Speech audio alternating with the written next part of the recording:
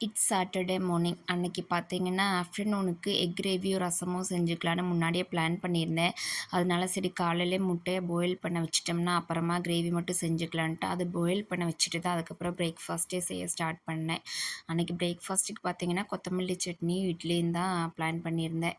நம்ம இட்லி, தோசைலாம் செய்யறது பெரிய விஷயமே இல்ல. ஆனா அதுக்கு சைட் டிஷ் பண்ணுறதே ஒரு இதா இருக்கு.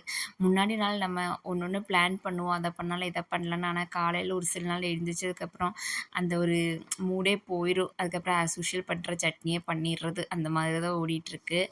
அதுக்கப்புறம் சரி ரசமும் வச்சிரலான்ட்டு அந்த வேலைய முடிச்சுட்டு, அந்த கிழங்கு சக்கரவள்ளி கிழங்கு வாங்கிட்டு வந்திருந்தாங்க ஹஸ்பண்டு. சரி அதையும் வேக போட்டுறலாம். நம்ம 11:00 போல யூவிக்கு ஸ்நாக்ஸ் குடுக்கும்போது அத குடுத்துக்கலான்ட்டு, அதையுமே பாயில் பண்ண வச்சுட்டு, அப்படி மத்த வேலையெல்லாம் முடிச்சுட்டு இட்லி ஊத்தி வச்சாச்சு. அதுக்கப்புறம் பார்த்தீங்கன்னா, காலையில கொஞ்சம் வாஷ் பண்ண பாத்திரம்லாம் இருந்துச்சு. அதெல்லாம் எடுத்து அரேஞ்ச் பண்ணி வச்சுட்டுருந்தேன். அதுக்குள்ள நம்ம யோகி குட்டி எடுத்து தரேன்ட்டு அவனும் எல்லாமே ஹெல்ப் பண்ணிட்டு இருந்தான். அதுக்கப்புறம் அந்த வேலையெல்லாம் முடிச்சுட்டு, கிழங்குமே அதுக்குள்ள வெந்துருச்சு. சரின்ட்டு அது எல்லாமே வேற பாத்திரத்துல மாத்தி வச்சுட்டு, அ அப்படியே நம்ம இட்லி ரெடி ஆயிருச்சு. ஸோ யோகி குட்டிக்கு இட்லி குடுத்துட்டு, நம்மளும் அப்படியே இட்லி சாப்பிட்டு அப்படியே பிரேக்ஃபாஸ்ட் கம்ப்ளீட் பண்ணிட்டோம்.